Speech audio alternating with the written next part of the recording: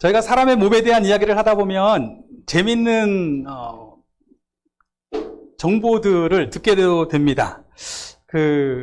어떤 7살짜리 소녀가 있었는데 이 소녀가 심장병이 걸렸어요. 그래서 심장이 도저히 제대로 유지되지 않는 상황이 되어버려서 그 심장을 고칠 수 있는 마지막 보루로 장기 이식을 하게 됩니다. 그런데 심장을 이식한 이후로 이 소녀에게 자꾸 악몽이 꾸어지게 됩니다. 하루만 꾼 게 아니라 매일같이 자꾸 똑같은 악몽을 꿔요. 근데 그 악몽이라는 것이 끔찍하게도 누군가 자기를 죽이는 거예요. 하루도 빼놓지 않고 누군가 자기를 죽이는 꿈을 꾸니까 얼마나 힘들겠어요. 7살짜리 소녀가. 그래서 그 엄마한테 이야기를 하죠. 그러니까 부모님도 처음에는 그냥 달래보았는데 시간이 지나도 계속 그 꿈을 꾸니까 이건 문제가 있다 싶어서 병원에 가게 됩니다. 그리고 병원에 가서 혹시나 싶어서 혹시 이 장기를 이식한 사람이 누구입니까? 알아봤더니 그 사람이 얼마 전에 살인사건으로 죽임을 당한 사람인 거예요.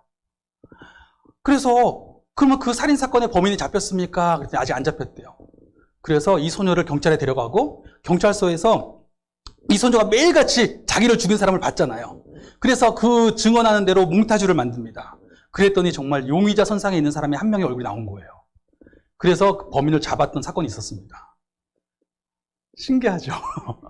자, 그런가 하면 어떤 63세의 미국인은 어느 날 심장 이식 수술을 했는데 그 전까지는 그냥 평범한 회사원이었어요. 그런데 갑자기 막 그 익스트림 스포츠 있잖아요. 막 이렇게 그 철인 3종 경기 같은 마라톤을 하고 막 수영으로 몇 킬로를 막 수영을 하고 이런 걸 하고 싶어서 못 견디겠는 거예요. 그래 하니까 정말 또 몸이 되는 거예요. 내가 왜 이렇게 몸을 잘 움직이지? 63세나 되셨고 63세면 아저씨시잖아요. 그렇죠? 저는 많이 나가는 게 아니잖아요. 그렇지만 그래도 내가 그 정도는 아닌데 회사에서 열심히 일만 하던 사람인데 내가 갑자기 이런 일을 할 수 있다니. 그래서 혹시나 해서 알아봤더니 심장을 이식해준 사람이 스턴트맨이었어요. 그리고 또 어떤 분은 갑자기 그분도 60세가 넘으셨는데 평생 동안 그림 한번 그려본 적 없으신 분인데 갑자기 심장 이식 수술을 하고 나서부터 그림을 그렇게 그리고 싶은 거예요. 그래서 그림을 한번 그려봤는데 그림이 또 너무 잘 그려지는 거예요. 그래서 이상해서 알아봤더니 심장 이식해 주신 분이 화가인 거예요. 신기하죠? 사실 과학적으로 이게 정말 어떻게 일어나는 일인지 아직은 정확하게 증명은 안 돼 있습니다. 그러나 이러한 보고들이 심심찮게 일어나기 때문에 이러한 보고들을 셀룰러 메모리라 그래서 세포가 기억하는 현상을 이야기합니다. 하나의 이론이에요, 현재로는. 아직 과학적으로 증명할 방법이 없으니까. 왜냐하면 우리가 생각할 때 기억이라는 이 개념은 어디에 있는 겁니까? 뇌에 있는 거잖아요. 그렇죠? 기억은 철저히 뇌가 담당해야 되는 거죠. 그래서 사실 현대의학으로는 아직 불가능하지만 내가 누군가의 기억을 이어받으려면 뇌를 이식하면 된다고 믿는 거죠. 그런데 뇌는 아직 불가능해요. 그래서 머리를 이식한다 그런 것도 있었지만 그것도 아직 불가능합니다. 그런데 장기는 이식을 하잖아요. 근데 우리는 장기는 뇌가 모든 것을 담당하고 그냥 몸의 장기는 그냥 하나의 부품처럼 이렇게 표현이 좀 그렇지만 그렇게 갈아지는 거다라고 생각했던 것 같은데 신기하게도 나의 장기를 가져간 사람이 나의 기억을 이어가는 거예요. 그래서 그 장기의 세포 하나하나에 우리가 알지는 못하고 어떻게 밝혀내기는 어렵지만 우리의 기억을 담당하는 어떤 그 세포들이 같이 작용하는 것이 아닌가 하는 이론이 지금 굉장히 요즘에 관심을 갖는 분야 중에 하나입니다. 그런데 이 몸의 기억에 대한 이야기를 하다 보면 또 하나 떠오르게 되는 얘기가 뭐냐면 트라우마에 대한 이야기예요. 외상 후 스트레스 장애라고 들어보셨죠? 전쟁터에 나가신 분들이 전쟁터에서 자기 동료들이 막 팔다리가 떨어져 나가서 막 죽어가는 것을 본 거예요. 그리고 막 사람들이 막 수많은 선량한 시민들이 막 죽어나가는 걸 본 겁니다.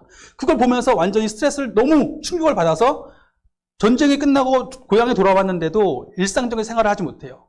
자꾸 그날의 악몽을 꾸고 자꾸 어떤 상황만 들리면 가끔 길을 가다가 갑자기 큰 소리를 뻥 한 소리만 들으면 갑자기 온몸이 굳어버립니다. 그런가 하면 끔찍한 성폭력에 노출됐다든지 아니면 어떤 육체적인 폭력에 노출됐던 사람들 비슷하고 아니면 사고의 경험들 사랑했던 가족이 갑자기 눈앞에서 순식간에 갑자기 끔찍한 죽음으로 사라져버렸을 경우에 이 스트레스가 어마어마한 거죠. 그런 경우에 이런 몸의 반응이 오는 거래요. 우리 몸이 당연히 어떠한 충격이 왔어요. 어떠한 위급한 상황이 왔습니다. 그러면 몸이 어떻게 하겠어요? 당연히 피해야 돼. 아니면 뭔가 반박해야 돼. 뭔가 내가 공격해야 돼. 내가 뭔가 반응해야 돼. 막 이런 몸이 오죠.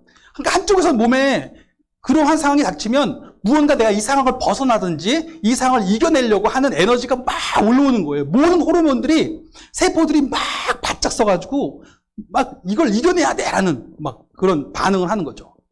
그런데 놀랍게도 또 다른 몸의 한편에서는 몸이 굳어버리는 거예요. 그렇죠. 지금 분명히 내가 막 엄청난 폭력 앞에 놓여져 있어요.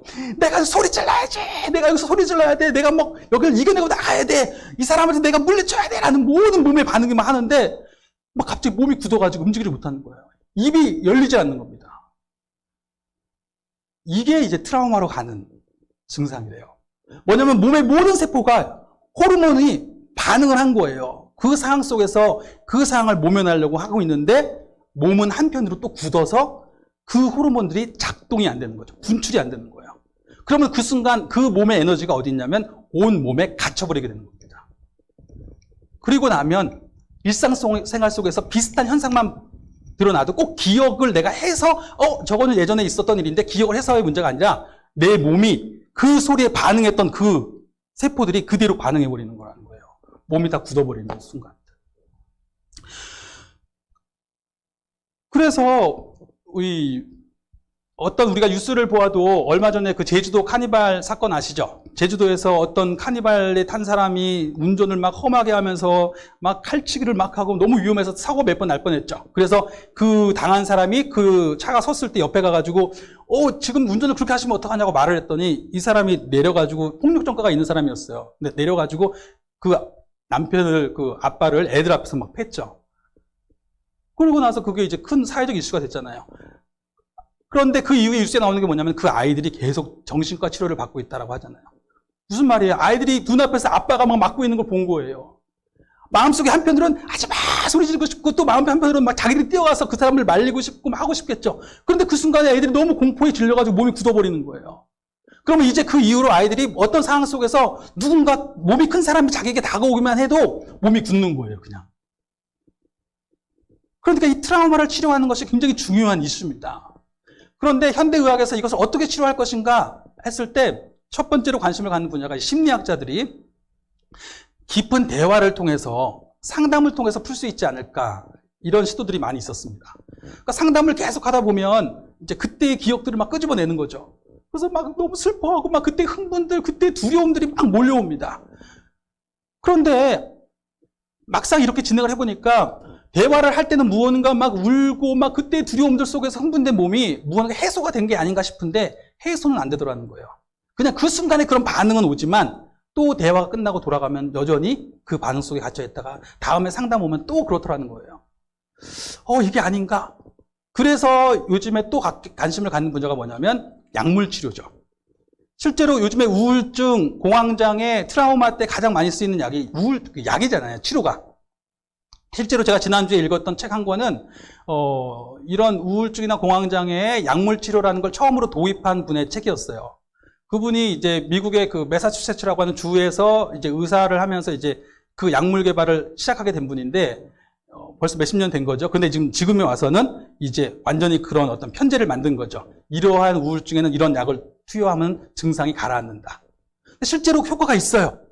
효과가 있어서 되는구나라고 싶은데 정작 이분이 몇십 년을 좀 치료하고 나서 보니까 약물 치료에 한계가 있는 거예요. 뭐냐면 약물 치료는 말 그대로 그 순간에 증상들이 나타나잖아요. 그 증상들이 나타나는 호르몬들을 다시 잠재워주는 것뿐이죠. 그러니까 그 순간에는 분명히 효과가 있고 어느 정도 기간에 효과가 있습니다. 분명히 그 호르몬들이 몸을 막 그때의 경험들에 막 반응하려고 할 때 약물을 계속 복용하다 보면 분명히 그 호르몬들을 잠잠하게 해주면서 일상적인 생활이 가능하게 해준다는 거예요. 그런데 안타깝게도 그 약물이 없으면 이제 일상생활을 하다가 또 그런 순간이 오잖아요. 그러면 그 순간에 진짜 이겨내는 방법은 뭐냐면 트라우마를 이겨내는 진짜 방법은 뭐냐면 그 순간에 두려웠는데 그 두려운 순간 사실은 몸에서는 반항하고 싶은 이 에너지가 충만하잖아요. 그런데 그전에는 두려움 속에서 몸이 얼어서 경직돼서 이 분출을 못했던 건데 그걸 분출해내면 사실 치료가 되는 거죠. 그때 만약에 소리를 질렀어야 했다면 소리를 확 질르고, 그때만 욕을 했어야 했다면 욕을 해버렸고, 그때 만약에 무언가 자기가 탈출을 했어야 했다면 탈출을 했다면 이게 해소가 되는 건데 그걸 못하는 거잖아요. 그러니까 그 에너지는 여전히 갇혀 있다는 거예요. 그래서 현대의학에서 이걸 어떻게 치료할 것인가, 이것이 굉장히 또 중요한 이슈입니다. 그래서 제가 이번 주에 읽었던 두 권의 책 중에 한 권은 그 약물 치료하신 분의 책이었고, 또 한 분은 이걸 어떻게 치료할 것인가, 현대의학에서 지금 제일 선두를 달리고 있는 분의 이야기예요. 오늘 본문 말씀에 누가는 우리에게 굉장히 흥미로운 사람의 이야기 하나를 들려줍니다. 삭개오 이야기. 삭개오가 어떤 사람으로 기억되세요? 키 작은 사람인데 예수님을 만났다. 아니, 목사님이 지난주에 본인의 키 이야기를 하더니 이번 주에 역시 키 작은 사람의 그 본문을 골랐구나. 그렇게 생각하시면 안 돼요. 이 삭개오의 이야기는 어쩌면 주일학교 출신들은 많이 들으셨을 수도 있습니다. 그런데 사실 또 성년이 돼서 예수님을 믿게 되신 분은 분명히 들어는 보았겠지만 어쩌면 또 잘 모르시는 이야기일 수도 있어요. 왜냐하면 그냥 이야기로 한번 지나갔을 뿐이지 그 이후에 이미 그리스도인이 되신 분들을 대상으로 하는 설교들, 즉 한국교회가 지금은 이미 기존 성도들이 많으니까 그분들이 예수님을 믿고 산다는 것이 무슨 고백인가라고 하다 보니까 그 서신서나 그런 부분에 대한 설교들이 더 많아지고 있는 추세거든요. 그러니까 삭개오의 이야기를 알고는 있지만 어쩌면 깊이 있게 생각해 보지 못하고 그냥 복음서에서 예수님을 만났던 한 사람의 이야기 정도로 지나가셨을 수도 있습니다. 오늘 한번 이 삭개오의 이야기를 다시 한번 들어보세요. 어느 날 예수님이 여리고를 방문하셨습니다. 예수님이 여리고에 왔다는 이야기를 듣게 되자 수많은 사람들이 예수님께 몰려옵니다. 예수님은 완전히 인싸였어요. 주목받는 인물이었습니다. 예수님 이야기로 온 나라가 떠들썩했거든요. 그런데 그 예수님이 우리 도시에 오셨대. 사람들이 난리가 났습니다. 예수님 한번 만나보겠다고 막 수많은 사람들이 몰려듭니다. 왜 몰려들겠어요? 예수님 한번 만져보려고, 예수님 한번 만나보려고, 예수님 눈앞에서 한번 말씀이라도 건네주시지 않을까, 그 이야기라도 들어보지 않을까. 자녀들이 있으신 분들은 내 자녀를 좀 데리고 가면 예수님의 그 축복의 손으로 우리 아이들을 좀 만져주셨으면 좋겠다 싶으니까 다 예수님께 막 다가가는 거예요. 그런데 그 무리들 중에 삭개오라고 하는 사람이 있었습니다. 이 사람에 대한 정보는 성경이 말해주는 것은 딱 세 가지가 있어요. 첫째, 세관장. 둘째, 부자. 셋째, 키가 작다. 그런데 우리는 늘 외모에 치우치죠. 그런데 이 사람이 예수님을 만나고 싶은데 내가 어떻게 예수님을 보지? 하다가 키가 작고 사람들이 많아서 내가 뽕나무에 올라가야 되겠다. 그래서 뽕나무에 올라갑니다. 그리고 딱 보니까 그 지역을 잘 알고 있는 사람이라 예수님이 분명히 길을 걸으시면 이 앞을 지나가실 거야. 그러니까 뽕나무에 자리 잡고 있다가 지나가실 때 한번 얼굴이나 좀 보자. 그리고 올라간 것 같아요. 자, 그런데 여기서 제가 질문하고 싶은 건 이거예요. 이 삭개오가 왜 뽕나무에 올라갔을까요? 키가 작아서 올라간 거 아니에요? 그래서 우리는 외모에 치우쳐요. 분명히 키가 작아서 올라간 부분도 있습니다. 그런데 그 본문이 말하는 걸 잘 생각해 봐야 돼요. 키가 작고 사람들이 많아서 올라갔다라는 표현을 우리는 벌써 딱 생각하기를 키가 작으니까 보이지가 않으니까 올라갔다 정도로 생각하실 수 있어요. 그런데 생각해 보세요. 내가 정말 좋아하는 연예인이 왔어요. 내가 정말 꼭 만나야 될, 연예인 정도가 아니라 내가 정말 내 인생을 고칠 수 있는 사람, 꼭 만나야 될 사람을 우리 동네에 왔다는 걸 알게 됐어요. 내 인생을 고칠 사람이라면 저 해남에 있다고 하더라도 가실 거 아니에요? 그런데 그분이 우리 동네에 왔어요. 내가 키가 작다고 안 갈 거예요? 키가 작다고 그분한테 만져보려고 하지 않으실 거예요? 혈루증 여인이 키가 컸는지 작았는지 모르겠지만 혈루증 여인이 키가 작다고 난 키가 작으니까 내가 오늘 저분을 만지면 고칠 수 있지만 난 안 갈 거야. 그럼 안 갔겠어요? 내가 그분을 만날 생각이 있고 그분을 만질 수 있다는 믿음이 있었다면 내가 그분과 대화라도 할 수 있다는 어떤 그런 기대가 있었다면 어떻게든 갔겠죠. 어떻게든 뚫고 지나갔겠죠. 그런데 이 사람은 아예 안 가버린 거예요. 키도 작고 사람들도 되게 많네. 에이, 그냥 올라가서 예수님이 지나가시는 거 한번 봐야겠다. 뽕나무에 올라간 건 말 그대로 뭐예요? 멀찌감치 예수님이 오시는 거 보다가 지나가시면서 어떻게 생겼는지 보고 그냥 지나가겠다는 얘기예요. 이건 저만 이렇게 얘기하는 게 아니라 학자들도 이렇게 얘기를 해요. 실제로 그 위치상에서 그렇게 있는 거예요. 그냥 내가 정말 예수님을 만날 사람 같으면 팬심이 그게 아니죠. 어떻게든 가가지고 만져야 되는 거죠. 그런데 나는 예수님을 만날 것까지는 기대 못해. 예수님이 나한테 어떤 대화를 하신다든지 나를 뭐 만져주신다든지 뭐 이런 건 난 기대는 못하겠어. 그냥 이쯤에서 예수님이나 한번 보자. 삭개오가 왜 그런 생각을 하게 되었을까요? 일단 성경이 가르쳐주는 힌트는 아까 말씀드린 것처럼 그는 세관장이고 부자고 키가 작다고 이야기합니다. 그렇다면 우리는 외모에 찌우쳐서 늘 키만 이야기했지만 이 앞에 두 가지를 좀 얘기해 보면 되겠다라는 생각이 드는 거죠. 자, 삭개오의 직업은 세리였어요.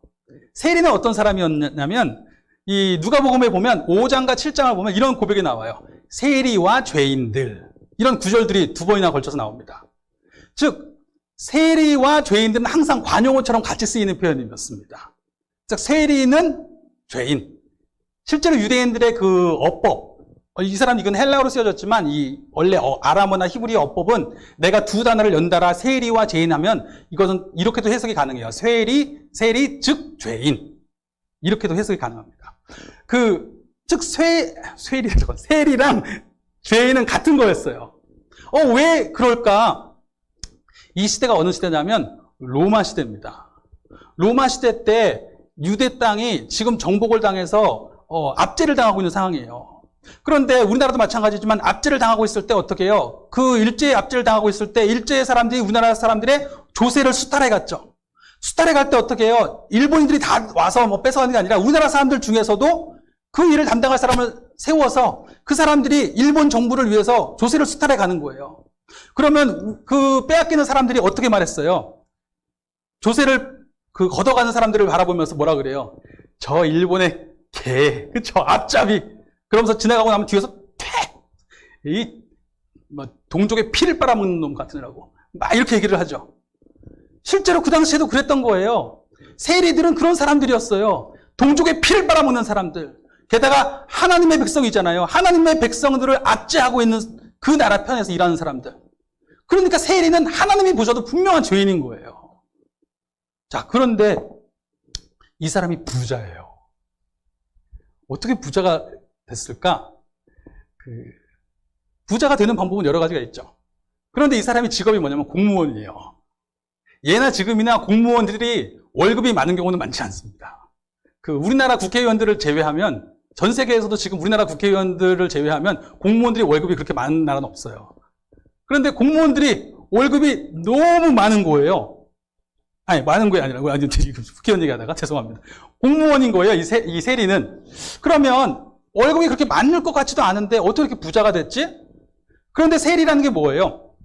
다시 말하면 공무원이잖아요. 공무원은 어떤 사람이에요?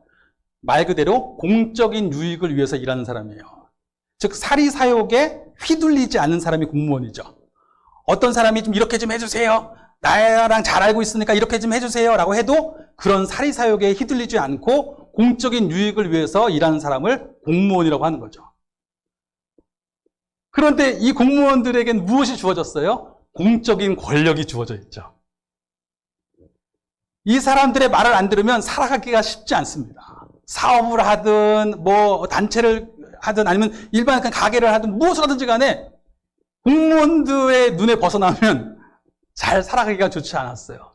특별히 나라가 후진국일수록 고대 사회일수록 그런 경향은 더 셌습니다.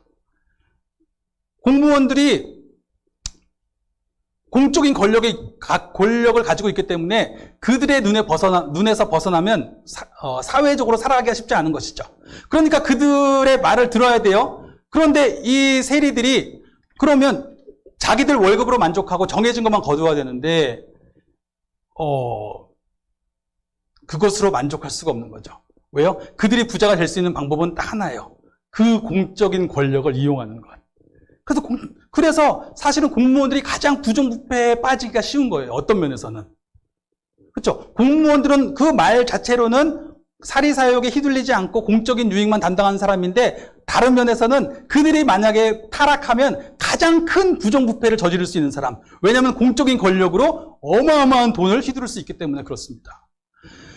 그러니까 이 세리들은, 그 당시에 세리들은 실제로 거두어야 되는 세금보다 더 거두었던 거예요. 그걸 어떻게 할 수 있냐면 누가복음 3장에 보니까 세례 요한이 말씀을 선포해요. 하나님의 나라에 대해서 선포하니까 사람들이 와서 그럼 우리가 어떻게 해야 됩니까? 라고 얘기를 합니다. 그러자 여러 종류의 직업을 얘기하는데 그 중에 세리를 언급해요. 그러면서 세리들은 거둘 것만 거둬라. 이게 무슨 말이에요? 그 당시에 세리들이 거둘 것만 거두지 않는 것이 공공연한 사실이었다는 얘기입니다. 세리들은 공공연하게 거둘 것만 거두지 않고 더 거뒀어요. 사람들은 그걸 알고 있었어요. 그런데도 어쩔 수 없이 다 내어줬어요. 왜요? 안 내어주면 사회적으로 살아가기가 쉽지 않으니까. 그러니 어때요? 세리는 나쁜 사람이죠. 응? 우리를 압제하는 나라를 위해서 일하는 사람, 조세를 수탈하는 사람, 게다가 부자예요. 이 삭개오가 어떻게 살아왔을지 뻔히 보이죠. 그리고 그렇게 살아온 사람으로서 세리들의 장이에요. 세관장이에요. 즉 바울은 겸손한 심정으로 난 죄인들의 괴수라고 이야기했지만 이 삭개오는 진정한 의미의 죄인들의 괴수였습니다. 사람들이 삭개오를 보면 저 죄인들의 괴수라고 말할 수 있을 만한 사람이었어요. 그러면 어떤 사람이 그런 나쁜 짓을 하면 당연히 백성들도 나름대로 반발을 할 거 아니에요. 그럼 어떻게 반발을 할까요? 국민들이 사실 반발할 수 있는 방법 중에 하나는, 흔한 방법 중에 하나는 그거죠. 사회적으로 같이 안 놀아주는 거예요.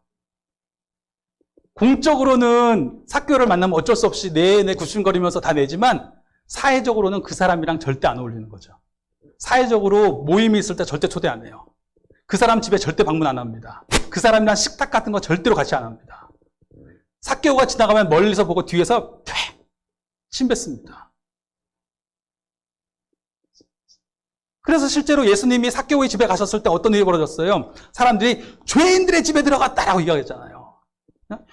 키 작은 사람의 집에 들어갔다고 말한 게 아니에요. 죄인의 집에 들어갔다라고 사람들이 막 수군거린 것입니다.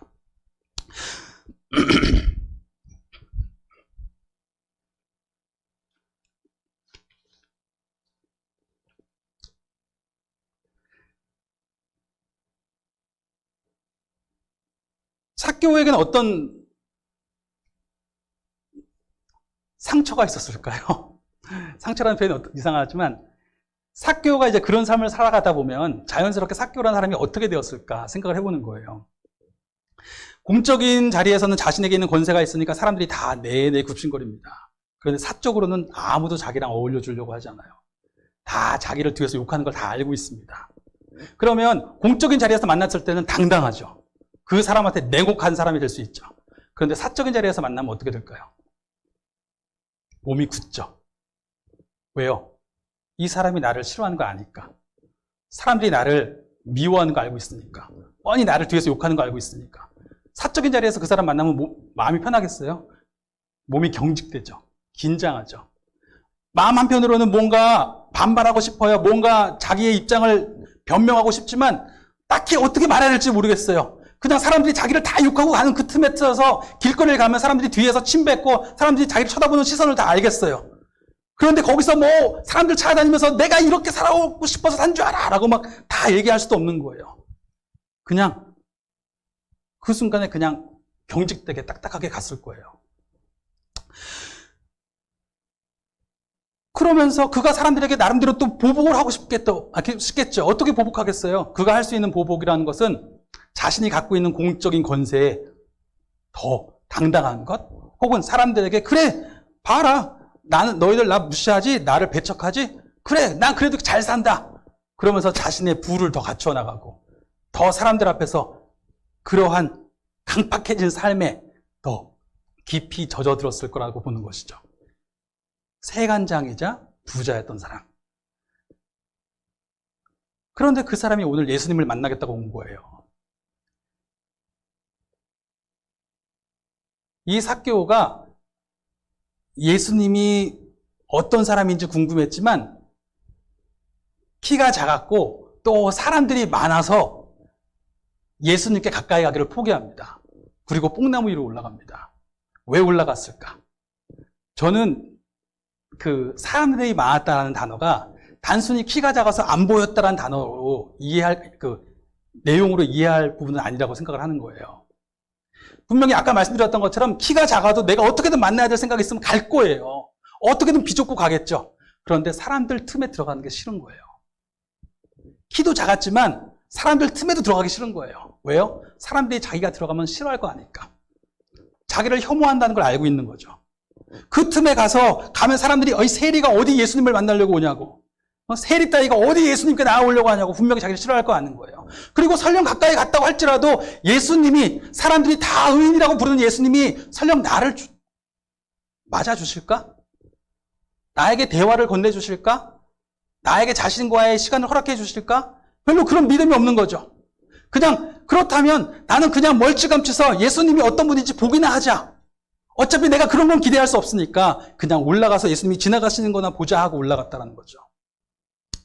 그런데 놀라운 일이 벌어졌어요. 예수님이 저기서부터 나타나셨는데 이렇게 지나가시는데 그냥 지나갈 줄 알았는데 갑자기 안 지나가시고 그 앞에 딱 서시는 거예요. 그랬더니 위를 딱 쳐다보시고 삭개오야, 속히 내려와라. 오늘 내가 너의 집에서 잠을 자야 되겠다. 삭개오의 심정이 어땠을까요? 우리는 너무 그 구절을 그냥 간단하게 생각하고 삭개오가 예수님 그래요? 좋아요. 그리고 내려왔어요. 내려와서 갔다고 생각하지만 사실 삭개오가 그냥 그렇게 가볍게 내려와서 갔다고 생각할 수 있을 부분일까요? 모든 사람이 주목하고 있는 인싸예요. 사람들이 그 주위에 막 에워싸서 막 서로 예수님을 만져보겠다고 막 밀려오고 있는 상황입니다. 그런데 갑자기 예수님이 그렇게 걸어오시다가 딱 멈추시더니 나무 위를 쳐다보시고 자기만 딱 주목해서 보시면서 내 이름을 갑자기 불러주시는 거예요. 삭개오야, 내려와. 어떻게 내 이름을 아시지? 그러고 말씀하시기를 내가 오늘 너의 집에 갈 거야. 이게 무슨 말이지? 제가 분명히 삭개오의 입장이었다면 가슴이 정말 두근두근 터질 것 같았을 것 같아요. 아니 지금 막 사람들이 서로 만나겠다고 하는 그 사람이 지금 아주 나한테만 지목해서 우리 집에 가겠다니까 막 일반 연예인이 한 끼 줍쇼에서 우리 집 한번 안아주나 막 이러고 있는데 한 끼 줍쇼에서 우리 집 한번 오면은 초인종이 눌리면 가슴이 두근두근해서 저 이경규입니다 하고 하면 막 가슴이 막 터질 것 같은데 예수님이 나한테 내려오라고 하니까 막 정신이 하나도 없죠. 이게 무슨 일인가 싶은 거겠죠. 내려왔어요. 내려왔더니 예수님이 어서 앞장서라. 너희 집에 가자.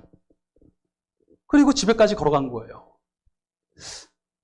뽕나무에서 삭개오의 집이 얼마나 가까웠는지 모르겠지만 저는 그 가는 길, 성경에 적혀있지 않은 그 가는 길에 삭개오의 마음이 어땠을까 생각해 봅니다. 솔직히 그 사람들이 예수님이 삭개오의 집에 들어가고 나서만 그런 얘기 했겠어요? 사람들이 다 놀랬죠. 갑자기 가고 있는데 예수님이 멈춰 서시더니 누군가에게 얘기를 하시고 내려오라 그래서 내려왔는데 보니까 세리, 삭개오예요. 사람들이 몰랐겠어요, 삭개오를? 저 세리인데? 저 죄인인데? 근데 예수님이 아무 말씀 안 하시고 계속 걸어가시는 거예요. 사람들이 옆에서 말했겠죠? 집에 가시고 나서 수군대기 시작했겠어요? 가는 길 내내 수군거렸을 거예요. 예수님이 왜 세리랑 같이 걸어가시지? 예수님이 왜 세리의 집에 가시려고 저러시는 거지? 예수님, 거기 세리예요, 세리. 죄인입니다. 분명히 옆에서 말하는 사람도 있었을 것 같아요. 지난주에도 말씀드렸지만 예전에는 지금처럼 옷이 이렇게 많지 않았어요. 예수님이 돌아가셨을 때 예수님의 속옷을 군인들이 나눠 갔잖아요. 왜 나눠 가지려고 그래요? 속옷이 많지 않으니까 그런 거예요. 예수님 속옷이라서 특별해서가 아니에요. 특별히 비싼 게 아니었어요. 속옷이 많지 않았기 때문에 그 당시에 속옷은, 예수님 속옷은, 그 옷은 이제 통으로 짠 옷을 얘기해요. 그 당시에 속옷 이야기는. 근데 그 통으로 짠 옷이 구하기가 쉽지 않아요. 그러니까 그거를 가지고 간 거예요. 즉 사람들이 옷을 한 벌, 두 벌 이렇게 갖고 있는 사람이 많아요. 그러면 그 옷은 그 사람의 직업과 관련되어 있습니다. 세리가 세리의 옷을 입고 있었을 것 같아요. 그럼 사람들이 다 알아요. 예수님 지금 뭐 하시는 거예요? 그런데 예수님이 아무 말씀도 안 하시고 가시는 거예요. 사람들이 외치는 소리는 삭개오의 귀에도 들려요. 사람들이 자기를 좀 쳐다보고 있는 예수님과 자신이 걸어가는 그 길을 그 수많은 사람들이 다 쳐다보고 있어요. 그 길을 계속 걸어가고 있는 거예요. 삭개오의 심정이 어땠을까요? 정말 막 제가 그냥 하는 얘기가 아니라 정말 막 터질 것 같았을 것 같아요. 어떡하지? 그런데 예수님이 집에까지 들어오셨어요. 그런 식사를 하시는 거예요. 그런데 사람들의 수군거림이 집 담장 너머까지 들어옵니다. 나 예수님한테 실망했어. 예수님이 어떻게 저 죄인의 집에 들어갈 수 있지? 예수님이 내가 알고 있던 예수님이 아닌가 봐. 이런 얘기들이 들려오는 거예요. 그런데 그 순간 삭개오가 갑자기 벌떡 일어납니다. 그 전에 한 얘기가, 예수님, 제가 오늘 저의 소유의 절반을 팔아버리겠습니다. 그래서 가난한 사람들 다 나눠줄 거예요. 그리고 제가 남의 것을 조금이라도 옳지 않게 취한 것이 있으면 제가 4배를 갚겠습니다. 아니, 지금 삭개오에게 무슨 일이 일어난 거예요? 저는 지금 이 순간 삭개오가 치유되었다고 믿습니다. 이게 무슨 말이냐면, 제가 아까 트라우마에 대한 얘기를 했잖아요. 그 트라우마를, 제가 이게 트라우마의 측면에서 접근하는 걸 어떻게 생각할지 모르겠지만, 사실 트라우마라는 게 우리가 생각할 때 굉장히 어떤 큰 사건, 뭐 이런 걸 생각하시는데, 사실은 모든 사람이 다 트라우마가 있습니다. 예를 들어서 제가 3주 전에, 우리 집, 저기 집에서 이제 저쪽으로 가는 길에 그 길이 좁아요. 차 한 대밖에 못 지나가는 데가 있습니다. 분명히 제가 차를 뺐고, 차를 빼서 이렇게 해서 딱 들어갔는데, 앞에서 없었거든요. 갑자기 차가 온 속력으로 쫙 오더니 제 앞에까지 순식간에 와버린 거예요. 그리고는 저를 딱 쳐다보면서 비켜라 이거예요. 차도 그 TV에 나오는 3억짜리 그런 차예요. 근데 제 앞에 와가지고 비켜라. 제가 순간 너무 당황해서 어떻게 해야 되지? 근데 교회 앞에서 차를 빼고 있는 제가 뭔가 좀 이거 어떡하지? 막 그러다가 뭐 그런 복잡한 생각도 없어요. 그냥 막 약간 순간 이렇게 몽해진 거예요. 그러다가 그냥 빼줘야겠다고 내가 뒤에 있으니까 그렇게 빼줬어요. 가고 났는데 그 일이 며칠 동안 생각나는 거예요. 며칠 동안 잠을 못 자는 건 아니지만 며칠 동안 순간순간 막 화가 나는 거죠. 내가 그때 욕이라도 했어야 되는데 내가 그때 내려서 당신이 좀 늦게 들어온 거 아니냐고, 당신이 저기 운전 똑바로 하라고 하면서 막 한마디 했었어야 되는데 내가 왜 소리를 내서 말을 못했을까? 내가 그때 몸이 왜 굳어가지고 그러고 있었을까? 그런데 그런 식의 트라우마가 모든 사람이 있어요. 일상 속에서 내가 그때 어떤 상황 속에서 말을 했어야 되는데 그 순간에 정신이 멍해지면서 아무 말도 못하고 넘어간 거예요. 그런데 그게 정말 사람들의 삶의 행동을 만듭니다. 이 몸이 그러다 보니까 점점점 긴장되는 거예요. 사람들을 만나면 점점점 긴장되고, 막 어떤 특정한 상황, 옛날에 있었던 상황들을 만나면 때때로는 몸이 완전히 경직되는 느낌까지 있는 거예요. 그것이 심하면. 그리고 그렇게 긴장된 상태에서 내가 무언가를 하려고 하다 보니까 어때요? 사람이 강팍한 말들이 나오죠. 순간순간. 강팍해질 수도 있는 거예요.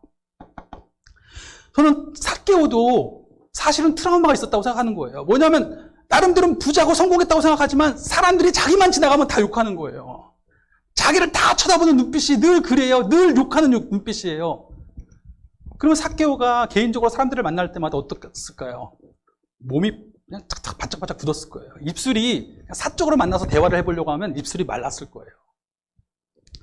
제가 그 목회자다 보니까 가끔가다 이렇게 자주 보진 않지만 이렇게 기독교 TV에 성사학당이라든지 아니면 이런 걸 가끔 보게 되잖아요. 보다 보면 저는 이제 제가 목회자로서 저의 부족한 부분이 있겠지만 제가 이제 그런 일을 하다 보니까 목사님들이 지금 어떠한 느낌이겠구나가 딱 보일 때가 있어요. 다른 분들은 모르시겠지만 목사님들이 눈이 흔들리는 거, 입술이 움직이는 게 다 보이는 거예요. 저분 지금 긴장하고 계시구나. 몸이 굳어 있는 게 보이는 거죠. 사람들이 다 긴장을 해요. 그러지 않으시겠어요? 저도 지금 이렇게 서 있다가 내려가서 개인적으로 이렇게 인사를 하고 말을 하려고 하면 무슨 말 안 하면서 몸이 긴장을 해요. 내가 말 실수하면 어떡하지? 우리는 다 그런 사람들이에요. 근데 삭개오는 정말 사람들이 대놓고 욕하는 사람이에요. 삭개오는 분명히 자신이 얼마나 거부받고 있는 사람인지에 대해서 그 트라우마가 있었을 거예요. 그럴 때마다 어떻겠어요? 사람들이 자기를 욕할 때마다 막 몸이 한쪽으로 흥분되죠. 몸이 막 무언가 거기에 대해서 반격하고 싶죠. 난 이런 사람 아니라고 반격하고 싶고, 나는 뭐 이렇게 살고 싶어서 사는 줄 아냐고, 그러면 내가 어떻게 사냐고 하면서 막 반격을 하고 싶고 뭔가 하고 싶지만, 한쪽으로는 분명히 그런 상황에 맞추어서 내 몸이 무언가 막 나를 구해내고 싶은 거죠. 근데 다른 한쪽으로는 도저히 이 사람들이 다 자기를 욕하는 가운데 딱히 뭐라고 할 말도 없는 거죠.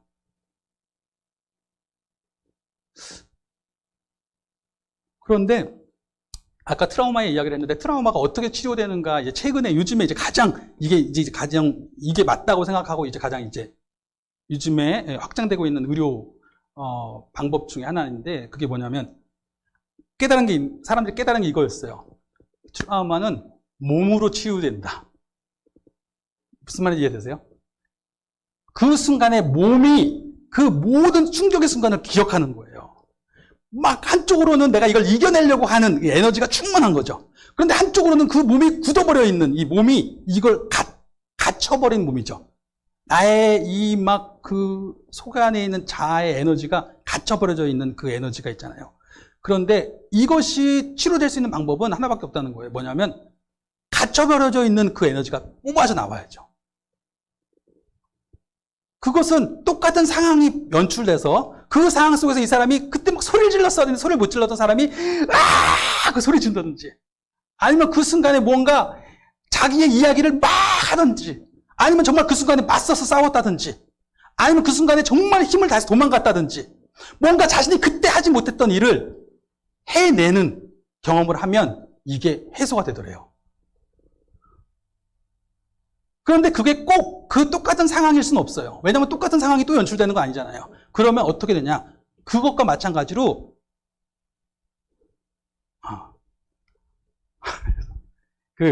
그것과 마찬가지로 똑같이 막 몸의 모든 막 그 세포들이 막 그 흥분되어지는 순간들이 또 있을 거 아니에요. 그 똑같은 상황은 아니겠지만 그런 흥분되는 순간들이 내 안에 충만해지고, 그 충만함 속에서 그것이 바깥으로 온전하게 연출될 수 있는, 분출될 수 있는 상황이 만들어지면 그것도 회복이 되는 치유의 방법이라고 이야기합니다. 그런데 저는 오늘 이 삭개오의 이야기에서 무엇을 보는 것이냐면, 다시 돌아가서 삭개오가 예수님과 함께 걸어왔던 그 길이 어땠을까라고 생각을 해보는 거예요. 자기 예수님과 함께 삭개오가 집까지 걸어가요. 사람들이 집에 도착하고 나서만 예수님에 대해서 이야기한 게 아니에요. 그렇죠? 분명히 가는 길 내내 사람들이 쳐다봤을 거 아니에요. 그 수많은 사람들이 다 무슨 일이 있는가 다 봐요. 삭개오가 지금 그걸 다 느끼고 있어요. 사람들이 나를 좀 쳐다보고 있고, 사람들이 여기저기서 지금 예수님이 왜 세리랑 같이 걸어가시지? 왜 세리의 집에 가시지? 막 욕하고 있는 것이 들려요. 삭개오의 가슴이 막 두근두근 됩니다. 막 터질 것 같습니다. 그런데 삭개오의 마음이 한편에 어떻겠어요? 이분도 나를 떠나시려나? 예수님도 이걸 듣고 계실 텐데, 예수님 저게 안 들리시나요? 사람들이 세리 옆에 있지 말라고, 떠나라고 하는 말씀이 안 들리시나? 이분이 지금 내가 세리인 걸 모르셨나? 세리인 걸 아시고 떠나시려나? 막 그 두근거림이 있는 거죠. 여전히 그 순간에 예수님은 어떻게 반응하실지, 예수님은 어떻게 나와 함께 하시려고, 지금 내 옆에 계신 예수님이 어떤 행동을 취하실지에 대한 이 막 두려움들이 있었을 거예요, 분명히. 그런데 그냥 집에까지 갔어요. 예수님은 그 길에서 조금도 벗어나지 않으시고 그냥 묵묵히 삭개오와 같이 걸어가신 거예요. 가시면서 어떤 얘기를 하셨는지 모르겠지만 걸어가신 거예요, 끝까지. 사람들이 무슨 얘기를 하든지 간에. 그리고 같이 들어가셔서 같이 식사를 하시는 거예요. 담장 너머로 사람들의 소리가 막 들려오지만 하거나 말거나 예수님은 그냥 같이 계신 거예요. 지금 삭개오는 막 그 흥분된 상태에서 자기와 함께하고 계신 예수님을 경험하고 있는 거예요. 예수님이 다 나를 욕하고 있는 상황 속에서 예수님이 지금 내 옆에 계셔서 나를 떠나지 않으시고 계속 나와 같이 걸으시고 나와 같이 식사를 하시고 내 집에서 오늘도 끝까지 잠을 자고 가시겠다고 계시는 걸 보는 거예요.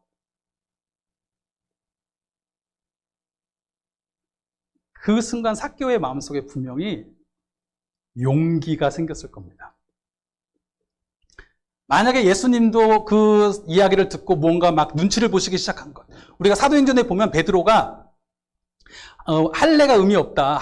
이방인들에게 할례 강조하지 말아라 그랬다가 정작 누구예요? 이 갈라디아서에 보면 이 사도 바울이 베드로에 대해서 혼내는 장면이 나와요. 그게 뭐냐면 분명히 할례는 상관없다고 했는데 유대인들이 오니까 갑자기 이방인들과 같이 아무 생각 없이 밥 먹다가 유대인들이 오니까 갑자기 딱 떠나가 버린 거예요. 왜요? 유대인들이 자기 보고 욕할까 봐. 즉 사람들이 자기를 보고 있는 것이 두렵겠죠. 그러니까 예수님도 그 시선을 같이 느끼실 거 아니에요. 예수님도 사람들이 지금 자기 욕하는 거 아시니까 어떡하지? 예수님도 막 같이 욕을 드시고 계신데 어떡하지? 막 이런 생각이 드는데 예수님은 전혀 거기서 아랑곳하지 않고 사람들이 뭐라고 하든 간에 사람들이 어떻게 쳐다보는지 간에 계속 같이 가신 거예요. 집까지. 그리고 집에 들어가서 식사를 하고 계신 거예요. 거기에 머무르시겠다고 계신 거예요. 이분은 떠나시지 않겠구나.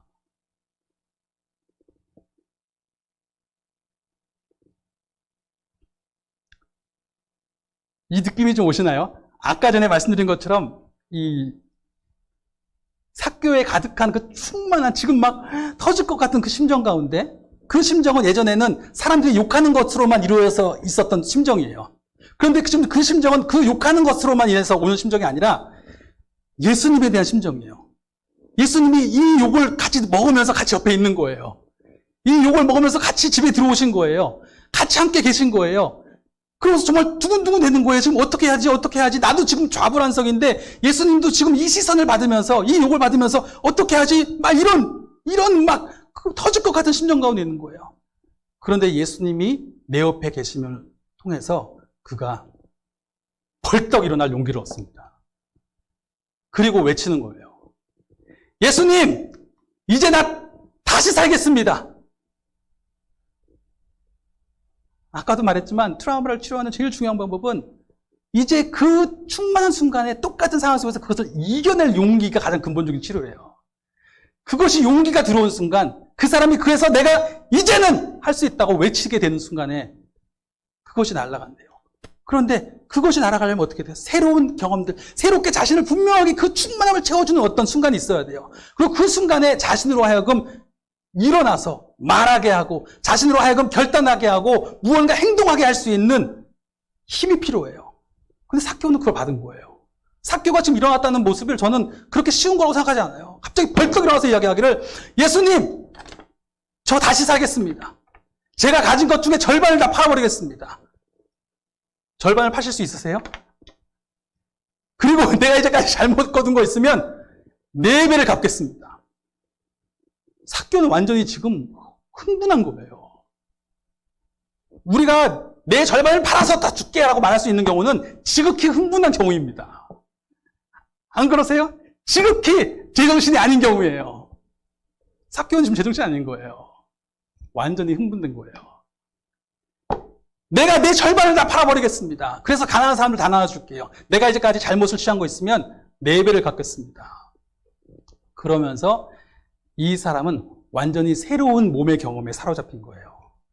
나와 함께 하시고, 나와 함께 걸으시고, 나와 함께 식탁을 함께 하시고, 나의 집에 머무르시는 그 예수님과 함께 하고 있는 이 충만한 시간의 경험, 이 몸의 경험에 사로잡힌 거예요.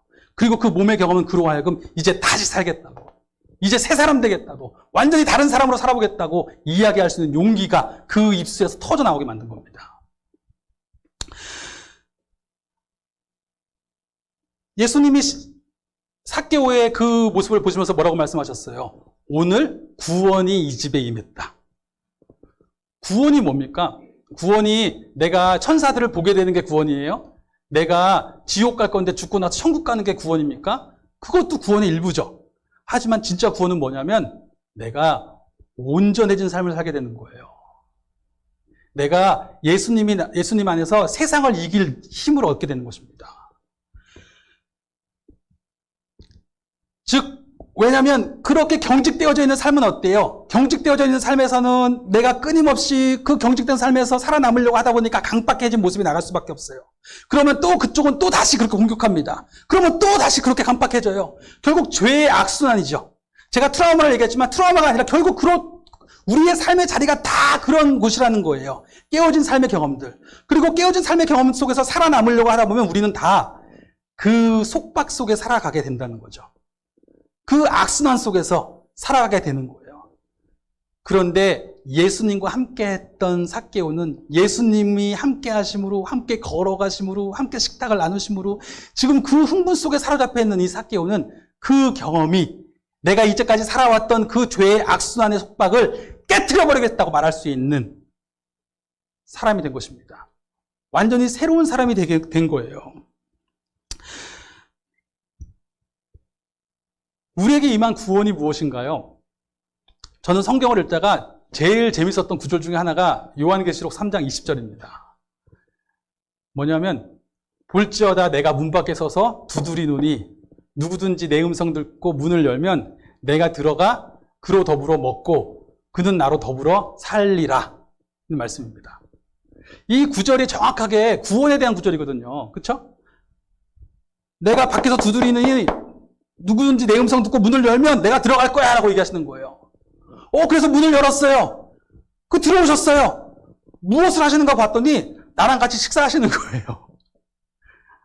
아니, 주님이 나랑 식사하시려고 구원하셨나? 이런 생각이 드는 거죠. 주님이 나랑 같이 그냥 사시려고 구원하셨다는 거예요. 그런데 나중에 시간이 지나갈수록 그 사실이 너무너무 큰 위로인 거예요. 그분이 지금 나랑 같이 식사를 함께 하시는구나. 저희 아버지가 저한테 전화를 거시면 맨날 물어보시는 게 식사했어? 어디야? 네, 내가 어디든지 그렇게 궁금하세요. 맨날 내가 어디야? 아니 그게 뭐 그렇게 궁금하신지 꼭 물어보세요. 그 식사했는지 꼭 물어보세요. 왜요? 식구니까. 가족이니까. 제가 결혼을 하고 나서 실제로 결혼하고 나서 저희 아내가 신혼 때 집에 있잖아요. 그런데 제가 정말로 아내를 딱 보고 어느 날 그런 생각이 들었어요. 쟤 왜 집에 안 가지? 안 가더라고요. 안 가! 왜요? 한 몸이 되었으니까. 지금 예수님이 들어오셔서 하시는 말씀이 그거예요. 나 이제 안 가! 예수님이 들어오셨더니 내가 문 열어드렸더니 들어오셔가지고 나 이제 안 가! 너 밥은 먹었니? 너 지금 어디 있는 거야? 나 이제 안 가! 너랑 같이 있을 거야 라고 말씀하시는 거예요. 너무 좋은 거예요. 예수님 지금 나랑 함께 계시구나. 그러니까 여전히 세상 속에서 살아갈 때에 수근거림이 있잖아요. 지금도 긴장되는 순간들이 있잖아요. 솔직하게 긴장됩니다. 솔직하게 어떨 때는 막 몸이 경직되려고 하는 순간들이 있어요. 그런데 그 순간 때마다 지금 나와 함께 계신 예수님이 보이는 거예요. 예수님이 나도 안 떠나! 나 안 가! 안 떠나! 그 예수님이 보이는 거예요. 그러면서 그 예수님과 함께하고 있는 이 충만함이 용기 내게 만드는 거예요. 사람들이 뭐라고 하든지 간에 나 주님 원하시는 대로 살겠습니다. 사람들이 원하시는 대로 사람들이 뭐라고 하든지 간에 나 이 길을 한번 걸어보겠습니다. 한번 새롭게 살아보겠습니다. 이 말이 나오기 시작하는 것입니다. 성령님이 오늘도 우리 가운데 말씀하시는 거예요. 너희는 그리스도의 몸이다. 그리스도께서 너와 한 몸이 되셨고 너의 식구가 되셨고 지금 너에게 들어오셔서 너와 같이 밥을 나누고 계시고 절대 안 떠나신다고 말씀하고 계시는 거다. 너는 그리스도의 몸이다. 같이 기도하겠습니다.